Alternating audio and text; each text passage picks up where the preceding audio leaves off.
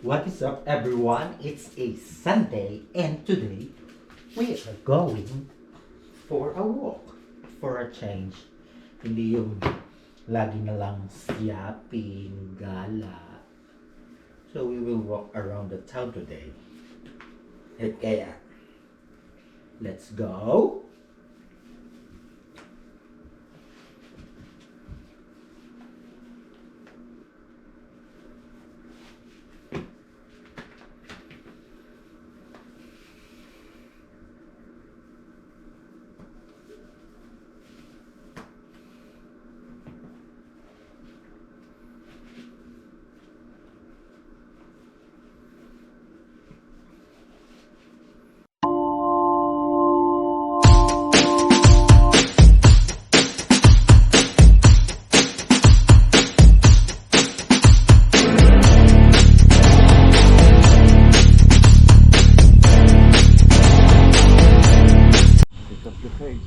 Ayan, we'll be walking around the town today kasi dadating yung magagawa talaga ng yung magagawa ng tubo ng aming tubig sa bahay ay dadating daw ng noon.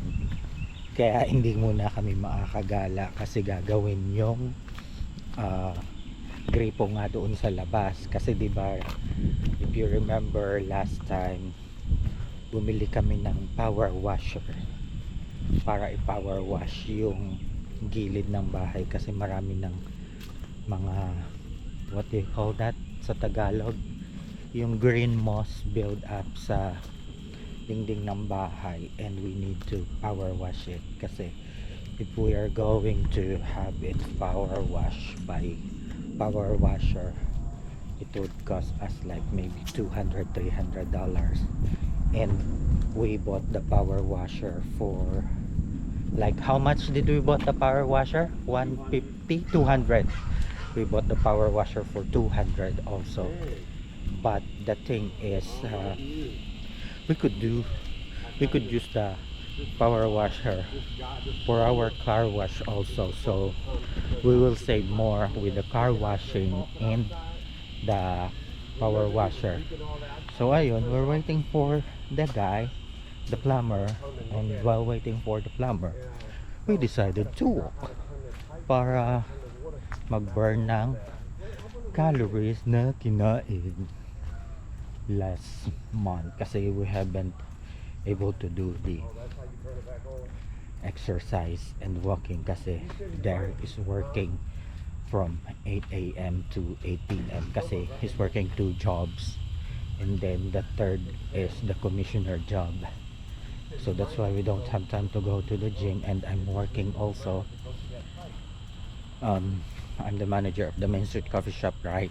I haven't told you, but I've been working there for like 2 months already, and after doing my shift from 7 a.m. to 3 p.m.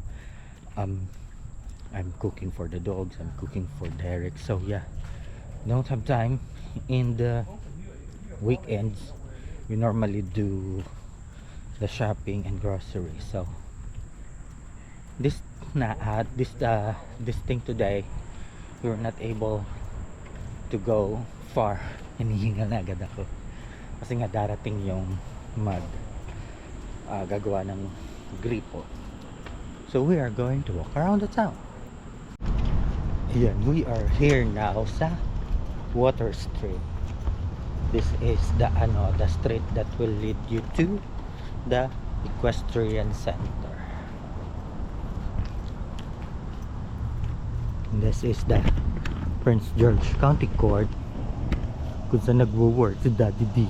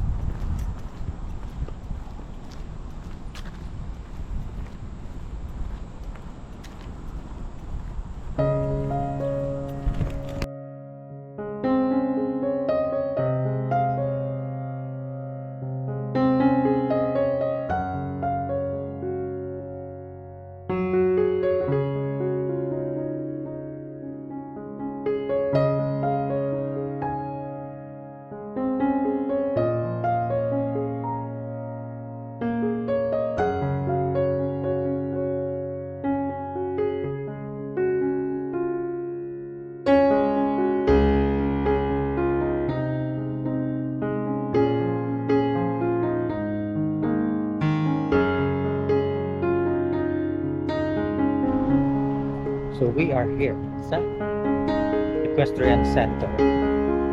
It's the Showplace Arena where normally people would do events.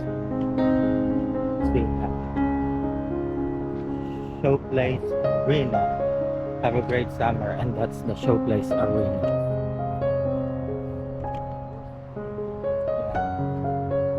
This is where I do my also driving refresher.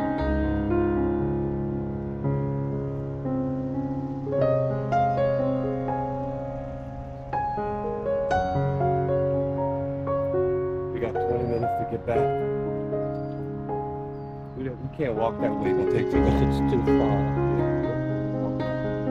Oh no, oh no. I wanna do another show. Probably.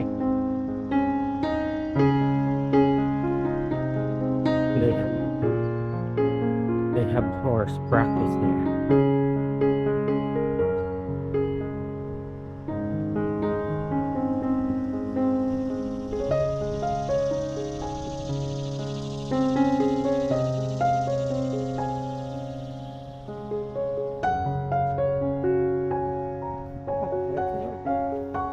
I think that's hydrangea.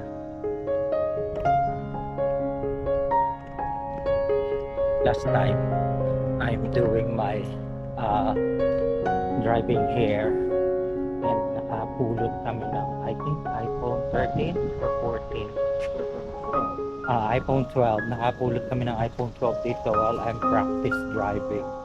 And hindi naman namin alam kung saan ibibigay, kaya nilagay ni Derek dun sa postal box doon. Ewan ko lang kung nakuha ng may-ari kasi it's iPhone, you know naman, you could find my iPhone and it will show there. Hindi namin alam kung nakuha pero we put it there. Pabalik na kami sa bahay and we're walking under the bridge, under the 301.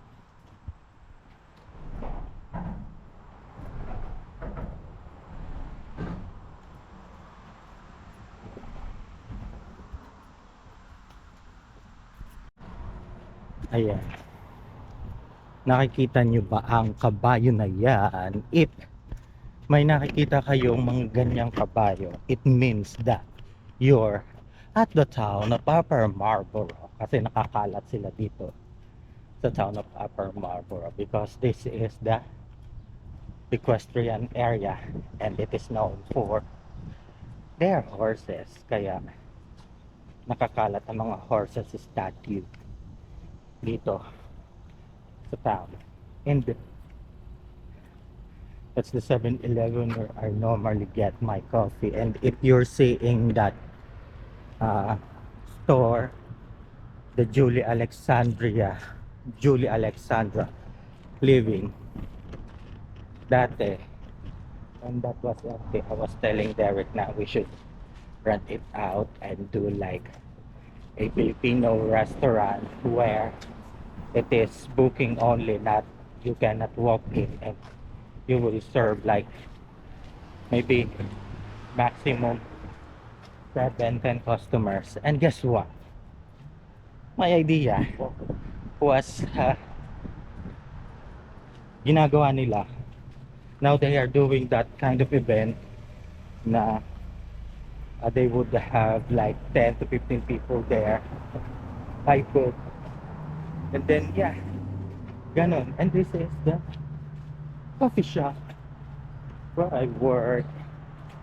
Yan ang coffee shop na aking minamanage Monday, Wednesday, and Friday, 7 a.m. to 3 p.m. Yeah, that's the Main Street Coffee.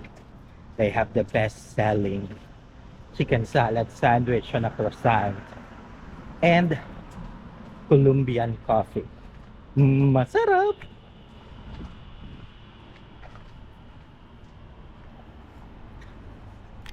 And behind the coffee shop where I work is the Judiciary Administrative Service Building, the Circuit Court. Di yan ikinakasal ang lahat ng nagpapakasal, pero hindi kami dyan ikinasal dahil si Daddy D works for the Circuit Court also, and we are trying to limit na machismis ng mga chismosa.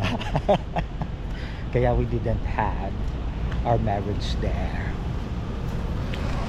And andito na kami sa school pond. Dito kami dumadaan pag pumapasok sa trabaho kasi it's the shortcut and you just need to go walk over the pond, and this is a place where people go fishing. We haven't tried it yet kasi I have my fishing paraphernalia sa Pilipinas, but once we get back I'll bring it here and we'll try go fishing. Pero ang lalaki ng nakikita kong isda dito, but I don't know why people doesn't get to catch one.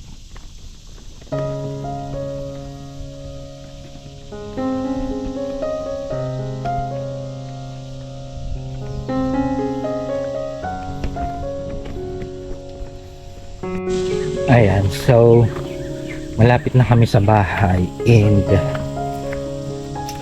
medyo mainit na, masakit na sa balat. Yeah, this is the area saan kami dumadaan everyday, and pag may snow din dito and the water is freezing, and pag umuulan minsan baha kasi medyo mababaw lang yung pond na yan, and I was telling the commissioner Brooks na they need to dig deeper, pero I don't know kung bakit ayaw nila gawin. But yeah, dahil malapit na kami sa bahay and pagod na rin ako, masakit na ang aking paa, I think this is the best way to end this video na. And if you like this video, hit that like button, and kung bago ka sa aking channel, subscribe. And don't forget to hit the notification bell para updated ka sa lahat ng videos na gagawin ko. And if you have time, share this video, do a screenshot that you share it on your Facebook page, and then send a screenshot on my I Am Romusi Facebook page, and at the end of the month, I'll be choosing 3 to 5 person that I will send GCash load for your internet usage. Yeah, it's 3 to 5 because you know it depends. Kapag maraming nag-share, I will do 3, and if kokonti, I will do 5. So that's it, and see you on the next one. Bye.